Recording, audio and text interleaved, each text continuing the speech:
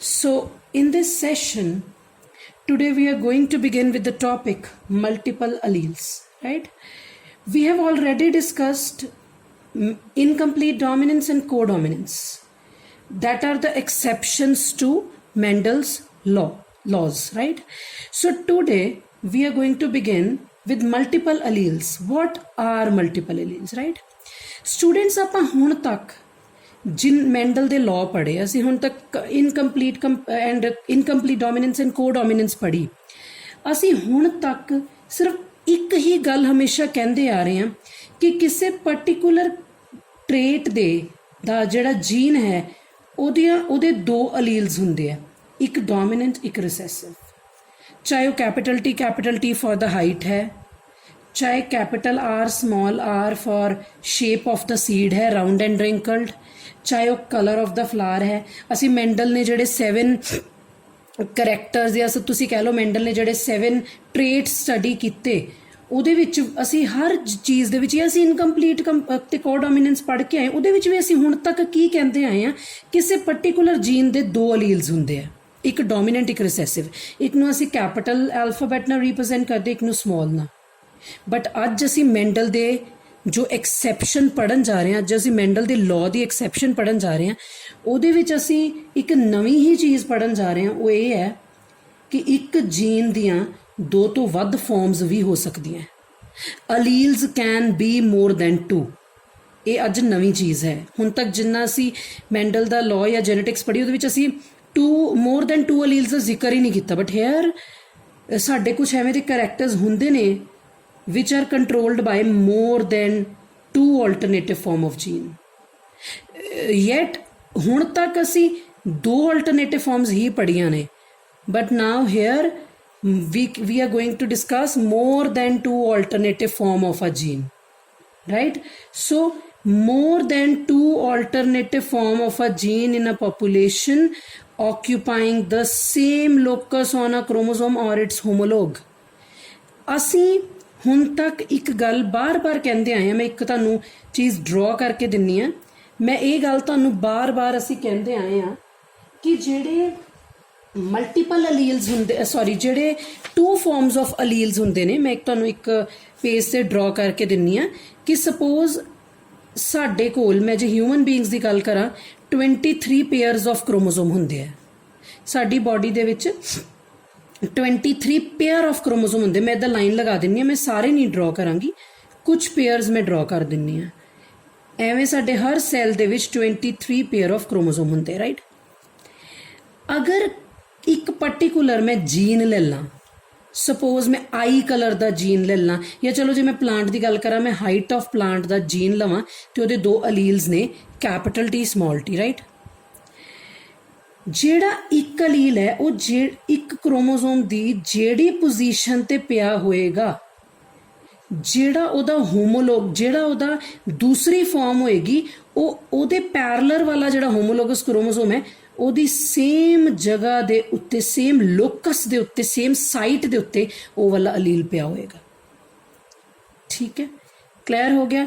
ਸੋ ਇੱਥੇ ਕੀ ਹੈ, ਅਸੀਂ ਹੁਣ ਤੱਕ ਤਾਂ 2 ਆਲਟਰਨੇਟਿਵ ਫਾਰਮਸ ਆਫ ਜੀਨ ਦਾ ਜ਼ਿਕਰ ਕਰ ਰਹੇ ਸੀ, ਬਟ ਹੇਅਰ ਕਿਉਂਕਿ ਅਸੀਂ ਮੋਰ ਦੈਨ 2 ਆਲਟਰਨੇਟਿਵ ਫਾਰਮ ਦਾ ਜ਼ਿਕਰ ਕਰ ਰਹੇ ਹਾਂ, ਤਾਂ ਧਿਆਨ ਨਾਲ ਸੁਣੋ।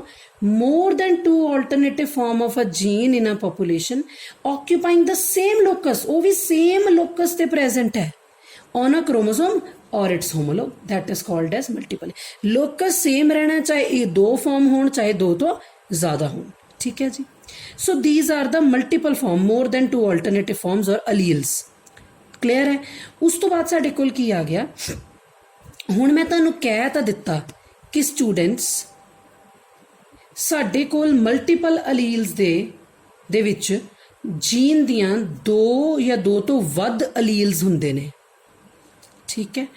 ਕੀ ਤੁਹਾਡੇ ਮਾਈਂਡ ਦੇ ਵਿੱਚ ਕੁਐਸਚਨ ਆਇਆ ਕਿ ਮੈਮ ਤੁਸੀਂ 2 ਅਲੀਲਸ ਤਾਂ ਡਰਾ ਕਰਕੇ ਦਿਖਾ ਦਿੱਤੇ, ਬਟ 3rd ਜਾਂ 4th ਅਲੀਲ ਕਿੱਥੇ ਡਰਾ ਕਰੋਗੇ?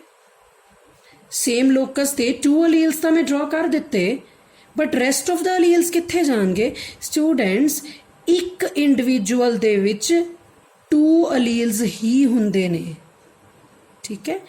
उस जीन ਨੂੰ ਕੰਟਰੋਲ ਕਰਨ ਵਾਲੇ ਅਲੀਲ 2 ਤੋਂ ਜ਼ਿਆਦਾ ਨੇ ਸਪੋਜ਼ ABC ਹੈ ਬਟ ਜੇ ਮੈਂ ਇੱਕ ਇੰਡੀਵਿਜੂਅਲ ਦੀ ਗੱਲ ਕਰਾਂ ਤਾਂ ਇਹਨਾਂ ਤਿੰਨਾਂ ਚੋਂ 2 ਅਲੀਲਸ ਹੀ ਇੱਕ ਇੰਡੀਵਿਜੂਅਲ 'ਚ ਪ੍ਰੈਜ਼ੈਂਟ ਹੋਣਗੇ ਕਲੀਅਰ ਹੋ ਗਿਆ ਜੇ ਅਸੀਂ ਜਨਰਲੀ ਜੀਨ ਪੂਲ ਦੀ ਗੱਲ ਕਰੀਏ ਸਮ ਆਫ ਆਲ ਜੀਨਸ ਦੀ ਗੱਲ ਕਰੀਏ ਤਾਂ ਉਸ ਜੀਨ ਦੇ ਅਲੀਲ 2 ਤੋਂ ਵੱਧ ਹੋ ਸਕਦੇ ਨੇ ਪ੍ਰੈਜ਼ੈਂਟ ਬਟ ਇੱਕ ਇੰਡੀਵਿਜੂਅਲ ਦੀ ਗੱਲ ਕਰਾਂ ਤਾਂ ਤਿੰਨਾਂ ਚੋਂ ਕੋਈ ਵੀ 2 ਹੋਣਗੇ ठीक है जी सो ये है साडे कोल multiple alleles right so multiple allele दी बड़ी ही एक इंपॉर्टेंट साडे कोल एग्जाम्पल है that is human ABO blood grouping तां ह्यूमन ABO ब्लड ग्रुपिंग च तुहानूं मैं दस्सिया सी यैसटरडे व्हेन आई हैड ਜਦੋਂ I have discuss that topic codominance ਤਾਂ ਮੈਂ ਕਿਹਾ ਸੀਗਾ ਕਿ ਜਦੋਂ ਟੁਮਾਰੋ ਮੈਂ ਮਲਟੀਪਲ ਅਲੀਲਸ ਪੜਾਉਂਗੀ ਤਾਂ ਮਲਟੀਪਲ ਅਲੀਲਸ ਨਾ ਹੀ ਸਿਰਫ ਮਲਟੀਪਲ ਜਿਹੜੀ ABO ਬਲੱਡ ਗਰੁੱਪਿੰਗ ਹੈ ਨਾ ਹੀ ਸਿਰਫ ਮਲਟੀਪਲ ਅਲੀਲ ਦੀ ਐਗਜ਼ਾਮਪਲ ਹੈ ਇਹਦੇ ਵਿੱਚ ਮੈਂ ਕੋਡੋਮੀਨੈਂਸ ਵੀ ਸ਼ੋ ਕਰੂੰਗੀ ਮੀਨਸ ਕੋਡੋਮੀਨੈਂਸ ਦੀ ਇੱਕ ਐਗਜ਼ਾਮਪਲ ਤਾਂ ਅਸੀਂ ਕੱਲ ਕਰ ਲਈ ਤਾਂ ਜਦੋਂ ਅਸੀਂ ਬਲੱਡ ਗਰੁੱਪਿੰਗ ਪੜਾਂਗੇ ਇਹਦੇ ਵਿੱਚ ਕੋਡੋਮੀਨੈਂਸ ਵੀ ਵਨ ਆਫ ਦਾ ਐਗਜ਼ਾਮਪਲ ਤੁਸੀਂ ਕੋਟ ਕਰ ਸਕਦੇ ਹੋ ਕੋਡੋਮੀਨੈਂਸ ਦੀ ਐਗਜ਼ਾਮਪਲ ਵੀ ਹਿਊਮਨ ABO ਬਲੱਡ ਗਰੁੱਪਿੰਗ ਹੋ ਸਕਦੀ ਮਲਟੀਪਲ ਅਲੀਲ ਦੀ ਤਾਂ ਹੈਗੀ ਹੈ ਸੋ ਜਿਹੜੇ ਹਿਊਮਨ ਬੀਇੰਗਸ ਦਾ ABO ਬਲੱਡ ਗਰੁੱਪ ਹੈ ਹੁਣ ਅਸੀਂ ਦੇਖਾਂਗੇ ਕਿਹੜਾ ਜੀਨ ਕੰਟਰੋਲ ਕਰਦਾ ਸੋ ਜਿਹੜਾ ਜੀਨ ਕੰਟਰੋਲ ਕਰਦਾ ਸੀ ਉਹਨੂੰ I ਜੀਨ ਕਹਿੰਦੇ ਆ ਰਾਈਟ ठीक है सो वो ਜਿਹੜਾ ਜੀਨ ਹੈ I ਉਹ 9th ਨੰਬਰ ਵਾਲੇ ਕ੍ਰੋਮੋਸੋਮ ਤੇ ਪਿਆ ਹੈ ਤੇ ਉਹਦੇ 3 ਅਲੀਲਸ ਨੇ IA IB IO IO ਨੂੰ ਅਸੀਂ ਸਮਾਲ I ਨਾਲ ਵੀ ਰਿਪਰੈਜ਼ੈਂਟ ਕਰਦੇ ਹਾਂ ਕਿਉਂਕਿ ਇਹ ਰਿਸੈਸਿਵ ਅਲੀਲ ਹੁੰਦਾ ਹੈ right students I is the gene that is responsible for blood grouping in humans right A वाले जीन दे 3 अलील्स ने IA IB एंड IO ਨੂੰ ਤੁਸੀਂ ਸਮਾਲ I ਨਾਲ ਰਿਪਰੈਜ਼ੈਂਟ ਵੀ ਕਰ ਸਕਦੇ ਹੋ ਆਊਟ ਆਫ ਥੀਸ 3 ਅਲੀਲਸ ਇਹਨਾਂ ਤਿੰਨਾਂ ਅਲੀਲਸ ਦੇ ਵਿੱਚੋਂ ਕੋਈ ਵੀ 2 ਜਿਹੜੇ ਨੇ ਉਹ ਹਿਊਮਨ ਬੀਇੰਗਸ ਦੇ ਵਿੱਚ ਪ੍ਰੈਜ਼ੈਂਟ ਇੱਕ ਪਾਰਟਿਕੂਲਰ ਪਰਸਨ ਦੇ ਵਿੱਚ ਪ੍ਰੈਜ਼ੈਂਟ ਹੋਣਗੇ and I stands for isoagglutinogen right okay हुण असीं करांगे साडे कोल ह्यूमन बीइंग्स दी अगर असीं जिक्र करिए so there are 4 types of blood groups in humans A B AB O right so ये लेटर्स A B O कित्थों आए या ਇਹਦਾ ਕੀ ਮਤਲਬ ਹੈ ABO ਆਰ ਦਾ ਇੱਕ ਸਬਸਟੈਂਸ ਹੈ ਸਾਡੀ ਬੋਡੀ 'ਚ ਜਿਹਨੂੰ ਅਸੀਂ ਗਲਾਈਕੋਪ੍ਰੋਟੀਨ ਕਹਿੰਦੇ ਹਾਂ glyco means somewhat related to carbohydrates protein you all understand so ਇਹ ਜਿਹੜੇ ਲੈਟਰ ਆਏ ਸਾਡੇ ਬਲੱਡ ਗਰੁੱਪਿੰਗ ਨੂੰ ਜਿਸ ਚੀਜ਼ ਨਾਲ ਅਸੀਂ ਡਿਨੋਟ ਕੀਤਾ ABO these are the glycoprotein substances and they are called as antigens and these antigens are present on red blood cells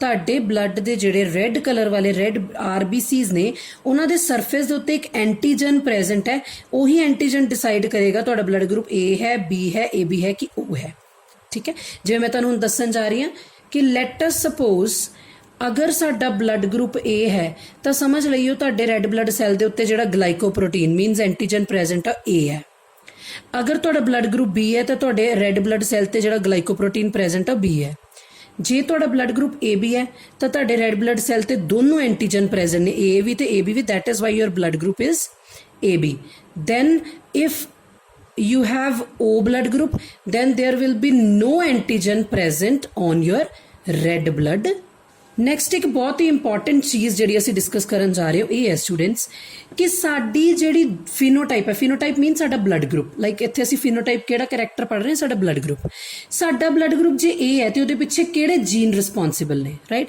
ਜਾਂ ਕਿਹੜੇ ਐਲੀਲਸ ਰਿਸਪੌਂਸਿਬਲ ਨੇ ਦੇਖੋ ਅਗਰ ਮੇਰਾ ਬਲੱਡ ਗਰੁੱਪ A ਹੈ ਤਾਂ ਮੇਰੇ ਬੋਡੀ ਦੇ ਸੈਲਸ ਦੇ ਵਿੱਚ ਜਿਹੜੇ ਜੀਨਸ ਪ੍ਰੈਜ਼ੈਂਟ ਹੋਣਗੇ ਜਿਹੜੇ A ਬਲੱਡ ਗਰੁੱਪ ਲੈ ਕੇ ਆਉਂਦੇ ਆ ਉਹ ਉਹਦੇ 2 ਅਲੀਲਸ ਹੋ ਸਕਦੇ IA ਤਾਂ ਵੀ ਮੇਰਾ ਬਲੱਡ ਗਰੁੱਪ A ਹੋਏਗਾ IO ਜਾਂ ਇਹਨੂੰ ਸਮਾਲ I ਲਿਖ ਲਓ ਠੀਕ ਹੈ ਤਾਂ ਵੀ ਮੇਰਾ ਬਲੱਡ ਗਰੁੱਪ ਕੀ ਹੋਏਗਾ A ਜੇ ਮੇਰਾ ਬਲੱਡ ਗਰੁੱਪ B ਹੈ ਫਿਰ ਮੇਰੇ ਅੰਦਰ ਕਿਹੜੇ ਜੀਨਸ ਪ੍ਰੈਜ਼ੈਂਟ ਹੋਣਗੇ IB और IB I0 ਇਹਨੂੰ ਸਮਾਲ I ਵੀ ਲਿਖ ਸਕਦੇ ਹਾਂ I0 ਜਾਂ I0 ਮੀਨਸ ਇਹ ਵਾਲਾ ਜਿਹੜਾ ਅਲੀਲਸ ਹੈ ਜਿਹਨੂੰ ਅਸੀਂ small I this is the recessive allele right ਅਗਰ ਮੇਰਾ ਬਲੱਡ ਗਰੁੱਪ AB ਹੈ ਤਾਂ ਮੇਰੇ ਅੰਦਰ ਕਿਹੜੇ ਅਲੀਲਸ ਹੋਣਗੇ ਜਿਹੜੇ ਇਸ ਬਲੱਡ ਗਰੁੱਪ ਲਈ ਰਿਸਪੌਂਸਿਬਲ ਨੇ IA IB ਜੇ ਮੇਰਾ ਬਲੱਡ ਗਰੁੱਪ O ਹੈ IO ਮੀਨਸ ਸਮਾਲ I ਦੋਨੋਂ ਰਿਸੈਸਿਵ ਨੇ ਠੀਕ ਹੈ ਜੀ ਨੋਟ ਕਰ ਲਓ मैं ऑलरेडी दस भी चुकी हाँ IO इज रिसेसिव। सो ये कोई भी तरह का एंटीजन पैदा नहीं करता। मैं एक बार फिर रिपीट कर रही हाँ स्टूडेंट्स, जिहड़ी मैं हुणे तुहानूं गल कही सी कि साडा जिहड़ा ब्लड ग्रुप हुंदा है वो कादे करके हुंदा है, एक ग्लाइकोप्रोटीन और तुसी कह लो कि antigen which is present on our red blood cell. तो जे ध्यान नाल सुनो, जे मेरे को IA मेरी जीनोटाइप है तो ये अपने आप को एक्सप्रैस कराएगी किहड़ा एंटीजन पैदा होएगा A, तो जे A पैदा हो गया मेरा ब्लड ग्रुप किहड़ा होएगा A। जे मेरे च अंदर ए वाले अलील्स ने IB तो ये अपने आप को एक्सप्रैस करा के किहड़ा एंटीजन पैदा करनगे B, तो my blood group will B B। अगर मेरे अंदर ए वाले अलील्स प्रेजेंट ने IAIB तो किहड़े एंटीजन बननगे A एंड B, मेरा ब्लड ग्रुप की होएगा AB। अगर मेरे अंदर ए वाले अलील प्रेजेंट है IO mean none of the two allele will be able to express itself, दोनों ही नहीं एक्सप्रेस करांगे क्योंकि दोनों रिसेसिव ने, तो मेरे अंदर कोई भी एंटीजन पैदा नहीं होएगा। जे नो एंटीजन पैदा होएगा there will be no antigen produced in my body, so what will be my blood group? My blood group will be O। My blood group will be O. If there is no antigen present, blood group will be O. So ਹੁਣ ਤੱਕ ਅਸੀਂ ਕਰ ਲਿਆ ਕਿਹੜੇ jean responsible ਨੇ ਸਾਡੀ blood grouping ਲਈ, ਤਾਂ ਇਹ ਵਾਲੇ ਜਿਹੜੇ ਜੀਨਸ ਪ੍ਰੈਜ਼ੈਂਟ ਨੇ ਉਹ ਕਿਹੜੇ ਐਂਟੀਜਨ ਪੈਦਾ ਕਰਦੇ ਤੇ ਮੇਰਾ ਬਲੱਡ ਗਰੁੱਪ ਕੀ ਆਂਦਾ ਹੈ, ਰਾਈਟ। ਸੋ ਨੈਕਸਟ ਮੈਂ ਇੱਕ ਟੇਬਲ ਡਰਾ ਕੀਤਾ ਜਿਹਦੇ ਵਿੱਚ ਮੈਂ ਇੱਕ ਚੀਜ਼ ਲਿਖੀ ਹੈ ਕਿ ਤੁਹਾਡਾ ਬਲੱਡ ਗਰੁੱਪ ਕਿਹੜਾ ਹੈ, ਠੀਕ ਹੈ ਜੀ। ਉਹਦੇ ਲਈ ਕਿਹੜੇ ਜੀਨ ਰਿਸਪੌਂਸਿਬਲ ਨੇ, ਤੁਹਾਡੀ ਬੋਡੀ 'ਚ ਕਿਹੜੇ ਐਂਟੀਜਨ ਪ੍ਰੈਜ਼ੈਂਟ ਨੇ, ਇੱਕ ਹੋਰ ਚੀਜ਼ ਪ੍ਰੈਜ਼ੈਂਟ ਹੁੰਦੀ ਐਂਟੀਬॉडी, ਉਹ ਕਿਹੜੇ ਪ੍ਰੈਜ਼ੈਂਟ ਨੇ। ਤਾਂ ਤੁਸੀਂ ਜੇ ਤੁਹਾਡਾ ਬਲੱਡ ਗਰੁੱਪ A ਹੈ B ਹੈ ਜਾਂ ABO ਹੈ, ਤੁਸੀਂ ਕਿਹੜੇ ਅਦਰ ਬਲੱਡ ਗਰੁੱਪਸ ਤੋਂ ਬਲੱਡ ਜਿਹੜਾ ਹੈ ਉਹ ਲੈ ਸਕਦੇ ਹੋ ਜਾਂ ਕਿੰਨੂੰ ਤੁਸੀਂ ਬਲੱਡ ਜਿਹੜਾ ਹੈ ਬੱਚੋ ਉਹ ਦੇ ਸਕਦੇ ਹੋ, ਰਾਈਟ। ਸੋ ਮੈਂ ਡਿਸਕਸ ਕਰਨ ਜਾ ਰਹੀ ਹਾਂ ਸਭ ਤੋਂ ਪਹਿਲਾਂ ਬਲੱਡ ਗਰੁੱਪ A, ਠੀਕ ਹੈ ਜੀ। ਉਹਦੇ ਲਈ ਕਿਹੜੇ ਅਲੀਲਸ ਜਾਂ ਕਿਹੜੇ ਜੀਨ ਰਿਸਪੌਂਸਿਬਲ ਨੇ IAIA IAIO। वन थिंग, जे मेरा ब्लड ग्रुप A है तो मेरे रेड ब्लड सैल्स से किहड़ा एंटीजन प्रेजेंट है A। तो जिहड़ा मेरा ब्लड का प्लाज्मा है, असी +1 च पढ़िया ब्लड का एक लिक्विड पार्ट हुंदा है तो उहदे विच फिर सैल तुसी कह लो कि फ्लोट कर रहे होंगे। जिहड़ा मेरा liquid part of the blood है that yellowish part that is called as plasma. Plasma दे विच प्रेजेंट हुंदे ने बेटा एंटीबॉडी, क्योंकि एंटीजन के अगेंस्ट हमेशा साडी बॉडी च की प्रेजेंट हुंदे ने एंटीबॉडी। अगर मेरे रेड ब्लड सैल ते कैपिटल A एंटीजन प्रेजेंट है तो मेरे ब्लड प्लाज्मा च किहड़ा एंटीबॉडी है स्मॉल b, या उन्होंने स्मॉल b लिख लो, जे नहीं तो एंटी b लिख लो। की लिख लो? एंटी b, या जे स्मॉल b लिखना your wish, right. Blood group किहड़ा A, ते जिहड़े ब्लड लै किहदे तो सकदे हो, A वाला A तो लै सकदा है या A वाला O तो लै सकदा है, राइट। उस तो बाद आ गया मेरा ब्लड ग्रुप B। किहड़े जीन्स रिस्पॉन्सिबल ने IBIB IBI0। एंटीजन केड़ा प्रेजेंट है? Capital B। प्रेजेंट की एंटीजन तो पैदा होंदा है इन्हां जीन्स के एक्सप्रैशन तो बाद। ते एंटीबॉडी स्मॉल a, या इहनूं लिख लो एंटी A। ते किना तो B वाले ब्लड ग्रुप लै सकदे हैं, B तो ते O तो। दैन मेरा अगर असी मैं थर्ड ब्लड ग्रुप की गल करा AB, उहदे लई किहड़े अलील्स रिस्पॉन्सिबल ने IAIB। Antigen A and B, antibody कोई भी नहीं, क्योंकि both the antigen are present, none of the antibody is present. So केड़ा ब्लड ग्रुप बन गया? AB। AB वाले किना तो ब्लड लै सकते हैं, A तो भी, B तो भी, AB तो भी, O तो भी। एदा मतलब जिहदा ब्लड ग्रुप AB है वो सारियां तो ब्लड लै सकता है, ठीक है जी। उस तो बाद आ गया लास्ट O, जिन्हां दा ब्लड ग्रुप O है उन्हां च कोई भी एंटीजन नहीं प्रेजेंट, बट एंटीबॉडी दोनों ने small a small b। And वो किना तो ब्लड लै सकता है? O तो। तुसी ध्यान ना देखो, O सारियां नूं दे सकता है, O सारियां नूं दे सकता है ते AB सारियां तो लै सकता है। इसी करके O नूं यूनीवर्सल डोनर भी ये सारियां नूं दे सकता है, ते जिहड़ा AB है उन्होंने यूनीवर्सल रेसिपिएंट कहा जाता है। सो ये हो गया साडे ब्लड ग्रुप्स। एक होर चीज़ असीं इत्थे ऑब्जर्व करांगे, ब्लड ग्रुप्स च किन्नियां फिनोटाइप ने। फिनोटाइप मीनस किन्ने ब्लड ग्रुप ने? 4, A B AB O।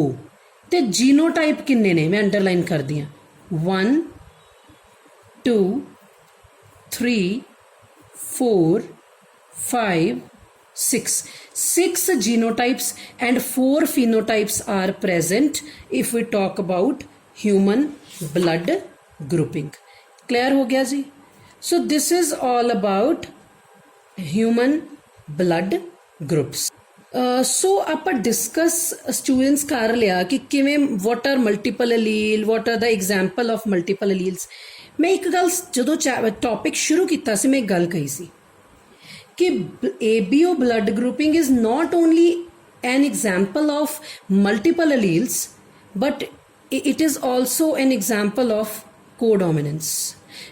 मैं हुण तुहानूं दसांगी कि मल्टीपल ब्लड ग्रुपिंग ਤੁਸੀਂ कोडोमिनेंस ਦੀ ਗੱਲ ਕਿਵੇਂ ਕਰਦੇ ਹੋ ਹੁਣੇ ਮੈਂ ਤੁਹਾਨੂੰ ਕਿਹਾ ਕਿ ਜਿਹੜਾ AB ਬਲੱਡ ਗਰੁੱਪ ਹੈ ਉਹਦੇ ਲਈ ਦੋ ਅਲੀਲਸ ਪ੍ਰੈਜ਼ੈਂਟ ਨੇ IAIB ਰਾਈਟ ਮੈਂ ਦੁਬਾਰਾ ਬੋਲਦੀ ਹਾਂ AB blood group ਦੇ ਲਈ there are two alleles responsible IA and IB. Both IA and IB are equally dominant. दोनों अपने आप ਨੂੰ express ਕਰਾ ਰਹੇ ਨੇ that is why A blood group ਵੀ ਆ ਰਿਹਾ ਤੇ B ਵੀ and ਤੁਹਾਡਾ blood group ਕੀ ਹੈ AB. Getting my point?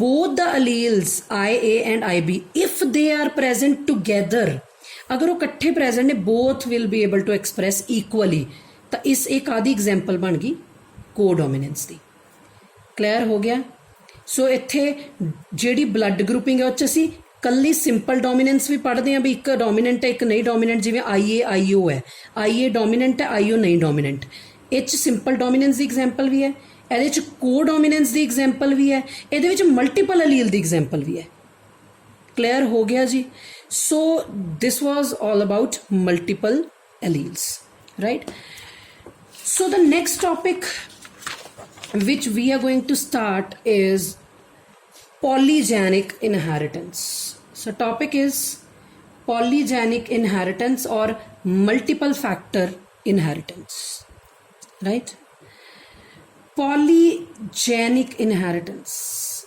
or multiple factor inheritance ठीक है जी ਇਹਦੀਆਂ ਦੋ ਟਾਈਪਸ ਅਸੀਂ ਡਿਸਕਸ ਕਰਾਂਗੇ ਸੋ ਇੱਕ ਮੋਨੋਜੈਨਿਕ ਇਨਹੈਰੀਟੈਂਸ ਇੱਕ ਪੋਲੀਜੈਨਿਕ ਇਨਹੈਰੀਟੈਂਸ ਹੈ ਬਟ ਅਸੀਂ ਪੋਲੀਜੈਨਿਕ ਇਨਹੈਰੀਟੈਂਸ ਹੀ ਡਿਟੇਲ ਦੇ ਵਿੱਚ ਪੜ੍ਹਨੀ ਹੈ ਜਿਹੜੀ ਅਸੀਂ ਇਨਹੈਰੀਟੈਂਸ ਦੀ ਗੱਲ ਕਰਦੇ ਹਾਂ ਕਿ ਕਰੈਕਟਰਸ ਟ੍ਰਾਂਸਫਰ ਹੁੰਦੇ ਨੇ ਫਰੋਮ ਪੇਰੈਂਟਸ ਟੂ ਆਫਸਪ੍ਰਿੰਗ ਦੋ ਚੀਜ਼ਾਂ ਨੇ ਉਹ 'ਚ ਕੁਆਲੀਟੇਟਿਵ ਕੁਆਂਟੀਟੇਟਿਵ ਜਾਂ ਮੋਨੋਜੈਨਿਕ ਪੋਲੀਜੈਨਿਕ ਇਨਹੈਰੀਟੈਂਸ ਪਰ ਅਸੀਂ ਇੱਥੇ ਪੋਲੀਜੈਨਿਕ ਇਨਹੈਰੀਟੈਂਸ ਦੀ ਡਿਟੇਲਸ ਕਰਨੀ ਕਿਉਂਕਿ ਮੋਨੋਜੈਨਿਕ ਇਨਹੈਰੀਟੈਂਸ ਅਸੀਂ ਪੜ੍ਹ ਚੁੱਕੇ ਹਾਂ देखो ਹੁਣ ਤੱਕ ਅਸੀਂ ਇੱਕ ਹੀ ਗੱਲ ਕਰਦੇ ਆਏ ਹਾਂ ਕਿ ਮੈਂ ਇਹ ਕਿਹਾ ਧਿਆਨ ਨਾਲ ਸੁਣਿਓ ਸਟੂਡੈਂਟਸ ਮੈਂ ਇਹ ਕਿਹਾ ਕਿ ਇੱਕ ਜੀਨ ਹੈ ਮੈਂ ਤੁਹਾਨੂੰ ਹੁਣ ਤੱਕ ਇਹ ਕਿਹਾ ਬੱਚੋ ਇੱਕ ਜੀਨ ਹੈ ਉਹਦੇ ਦੋ ਅਲੀਲਸ ਨੇ ਕੈਪੀਟਲ T ਸਮਾਲ t ਅਗਰ ਕੈਪੀਟਲ T ਆਪਣੇ ਆਪ ਨੂੰ ਐਕਸਪ੍ਰੈਸ ਕਰਾਏ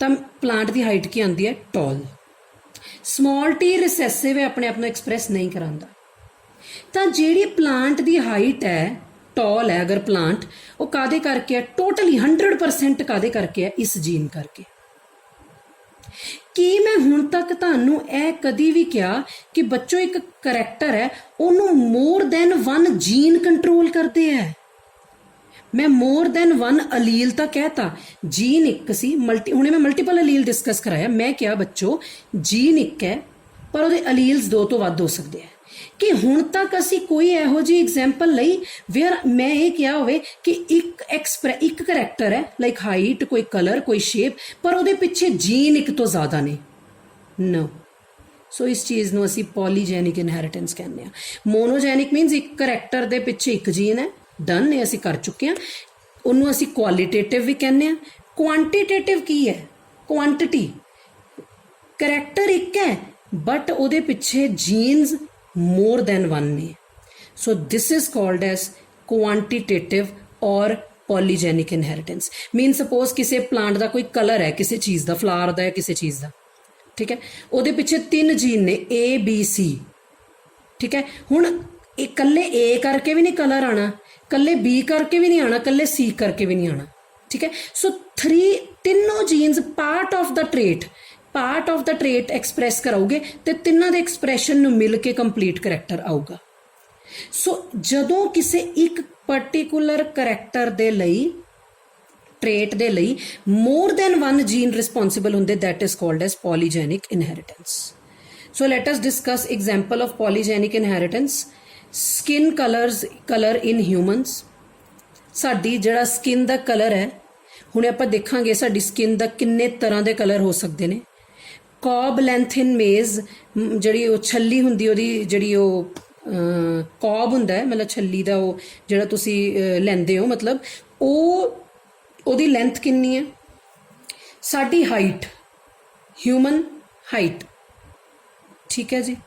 ये 3 एग्जाम्पल मैं तुहानूं दस्सियां, वैसे बहुत सारी एग्जाम्पल ने where one particular character is controlled by more than one gene, right. So पर असीं डिटेल दे विच इक्को एग्जाम्पल इत्थे डिस्कस करन जा रहे हैं जी, ह्यूमन स्किन कलर। वैसे साडी हाइट लई 5 pair of genes, right, 5 pair of genes are responsible, where as in human skin color 3 pair of genes are responsible. ਉਹੀ ਅਸੀਂ डिटेल च पढ़ना है, capital A, capital B, capital C। याद रखियो ਤੁਹਾਡੀ स्किन ਦਾ ਜਿਹੜਾ कलर है that is due to a pigment called as melanin. जिन्नी ज़्यादा मैलेनिन पिगमेंट साडी बॉडी च बनेगी उन्ना साडा स्किन दा कलर डार्क होएगा, ठीक है जी। सो याद रखियो कि जिहड़े 3 जीन्स ने capital A, capital B, capital C, अगर ये सारियां दे विचों एक जीन भी डोमीनेंट है, capital A, capital B, capital C, तिन्नां चों एक भी जीन डोमीनेंट है तो तुहाडा स्किन दा कलर डार्क होएगा, पर बहुत ज़्यादा नहीं। अगर 2 डोमीनेंट ने तुहाडा स्किन दा कलर होर डार्क होएगा। तो जिहड़े नीग्रोज हुंदे आ, जिहड़े 2 डार्क हुंदे, जिन्हां नूं असीं ब्लैक्स कहने आ, उन्हां च ये तीनों ही जिहड़े जीन्स हुंदे डोमीनेंट हुंदे आ। इहदा मतलब जिन्ने ज़्यादा डोमीनेंट जीन, एक गल लिख लो, याद कर लो, जिन्ने ज़्यादा डोमीनेंट जीन उन्ना ज़्यादा एक्सप्रैशन मतलब उन्नी मैलेनिन पैदा होएगी, जिन्नी मैलेनिन ज़्यादा पैदा होएगी उन्ना ही स्किन दा कलर डार्क होएगा, ठीक है जी। यही है बस जिहड़ा साडी एग्जाम्पल। हुण असीं इस एग्जाम्पल नूं कंप्लीट डिटेल दे विच करांगे। वैसे इहदा क्रॉस बहुत मतलब एक वड्डा लंबा चौड़ा क्रॉस है, इन्ना वड्डा क्रॉस एग्जाम दे विच नहीं आ सकदा, इत्ते क्वेश्चन जरूर आ सकते हैं, ठीक है जी। सो आपां देखते हैं, मैं इत्थे एक नोट लिखिਆ, इनू इंपॉर्टेंट है, मैं दस चुकी हाँ।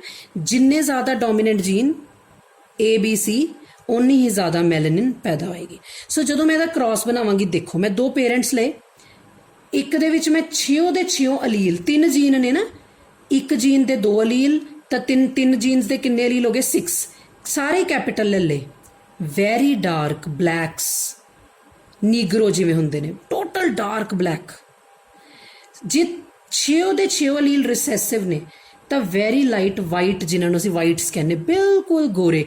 इंडिया दे विच ना तो वाइट्स पैदा होंदे है ना ब्लैक्स पैदा होंदे है, ठीक है जी। उस तो बाद आ गया गमीट्स। किहड़े गमीट बनणगे? ये हमेशा जिन्ने भी गमीट बनणगे स्मॉल, वैसे 2 बनाने ना, पर चलो मैं एक लिख दिंदी हाँ, small A, small B, small C। ये गमीट किहड़े बनणगे? Capital A, capital B, capital C। सो जदों ये मिलणगे, capital A, small A, capital B, small B, capital C, small C, ਇੱਥੇ 6 ਦੇ 6 ਅਲੀਲ ਉਹ ਸੀਗੇ ਨਾ ਡੋਮੀਨੈਂਟ, ਕਲਰ ਡਾਰਕ ਸੀ, ਪਰ ਇੱਥੇ 3 ਡੋਮੀਨੈਂਟ ਨੇ, 3 ਰਿਸੈਸਿਵ ਨੇ, ਤਾਂ ਕਲਰ ਕਿਹੜਾ ਆ ਜਾਏਗਾ? ਇੰਟਰਮੀਡੀਏਟ, ਜਿਹਨੂੰ ਅਸੀਂ ਮਿਲੈਟੋ ਕਲਰ ਕਹਿੰਦੇ ਆ। Very light, very dark, intermediate ਨੂੰ ਅਸੀਂ ਮਿਲੈਟੋ ਵੀ ਕਹਿੰਦੇ ਆ। ਫਿਰ ਮੈਂ ਕੀ ਕੀਤਾ, ਜਿਹੜਾ ਹਾਈਬ੍ਰਿਡ ਬਣਿਆ F1 ਜਨਰੇਸ਼ਨ ਦਾ, ਉਹਦੀ ਸੈਲਫਿੰਗ ਕਰਾਈ, ਠੀਕ ਹੈ ਜੀ, ਆਪਣੇ ਆਪ ਨਾਲ ਹੀ। ਤਾਂ ਦੋਨੋਂ ਪਾਸੇ ਸੇਮ ਤਰ੍ਹਾਂ ਦੇ ਗਮੀਟ ਬਣਨਗੇ। ਮੈਂ ਇੱਕ ਪਾਸੇ ਲਿਖੇ, ਧਿਆਨ ਨਾਲ ਦੇਖੋ ਕਿਵੇਂ। पहला मैं की करती हाँ, जे मैं आप ड्रॉ करने 2 कैपिटल रखती, कैपिटल A, पहला तीनों कैपिटल रखो, जेडे ए तो 6-8 तरह के गमीट बननगे। केड़े केड़े बननगे? पहला मैं तीनों कैपिटल रखे, capital A, capital B, capital C। फिर मैं A नू स्मॉल करता, B C नू कैपिटल रहता। फिर मैं A ते C नू कैपिटल रहन तां B नू स्मॉल कर लिया। फिर मैं A ते B नू कैपिटल रहन तां C नू स्मॉल कर लिया। मीनस इन्हां तिन्नां दे विच 2 कैपिटल ने, 1 स्मॉल है। इन्हां तिन्नां ते आ जाओ, 2 स्मॉल, 1 कैपिटल, आ दोनों स्मॉल, आ capital, A capital, B C small, A C small B, ते लास्ट विच तीनों ही स्मॉल। 8 गमीट्स मैं ਫਾਰਮ ਕਰ ਲਏ ਲੈਫਟ ਇੱਕ ਪੇਰੈਂਟ ਦੇ ਤੇ 8 ਹੀ ਗੇਮੀਟਸ ਇੱਧਰ ਬਣ ਜਾਣੇ। ਫਿਰ ਮੈਂ ਇੱਕ ਕ੍ਰਾਸ ਡਰਾ ਕੀਤਾ, ਲੈਫਟ ਸਾਈਡ ਤੇ 8 ਤੇ ਰਾਈਟ ਸਾਈਡ ਤੇ 8 ਜਿਹੜੇ ਗੇਮੀਟਸ ਮੈਂ ਲਿਖ ਲਏ। ਠੀਕ ਹੈ, ਇੰਨਾ ਵੱਡਾ ਕ੍ਰਾਸ टाइम लगेगा, ਵੱਡੇ पेज से ड्रॉ होएगा, करके देख लियो फॉर योर नॉलेज, राइट। सो देखो पहला मैं ए फर्स्ट वाले ते मैं जे गलती नहीं खानी, मैं फर्स्ट वाले नू राउंड कर लैनी हाँ, फर्स्ट वाले नू इधर फर्स्ट ना करदी हाँ, फिर सैकेंड ना करदी हाँ, फिर थर्ड ना क्रॉस करदे करांदे जदों मेरा पूरा टेबल बन जाता है तो मैं नीचे फिर कलर्स लिखदी हाँ। सो मैं तुहानूं समझानी हाँ कलर्स किद्दां लिखने हैं बई, जे एक डोमीनेंट होएगा तो किहड़ा कलर होएगा, एक रिसैसिव होएगा, मैं तुहानूं दसदी हां कलर किवें लिखने। ध्यान नाल देखो, जे 6 दे 6 रिसैसिव होणगे तो colour will be very light, albino भी कहंदे इहनूं, एल्बीनो, बिल्कुल चिट्टे, बिल्कुल चिट्टे। वैसे ये नहीं होंदे बिकॉज बेटा अल्बीनो जिहड़े हुंदे ना, जे 6 रिसैसिव होण, तुसीं ओह देखिआ जिन्हां दी बॉडी बिल्कुल चिट्टी हुंदी है, एक डिजीज़ हुंदी एक तरह की, जिहदे विच ऑर्गेनिज्म जिहड़ा हुंदा ह्यूमन बीइंग हुंदा है, ओहदी बॉडी बिल्कुल चिट्टी हुंदी है। ठीक है जी, नॉर्मल वाइट नहीं हुंदी, एक तो हुंदे ना जिहड़े बाहर वाइट्स हुंदे गोरे हुंदे, वो नहीं, ये बिल्कुल ही वेरी लाइट और एल्बीनो और वेरी डार्क। ये वाले ऑलमोस्ट नहीं, एक्सप्रैशन बहुत रेयर मिलते हैं ये वाले एक्सप्रैशनस। ठीक है जी, जे 6 दे 6 रिसैसिव होणगे तो कलर किहड़ा आएगा, वेरी लाइट।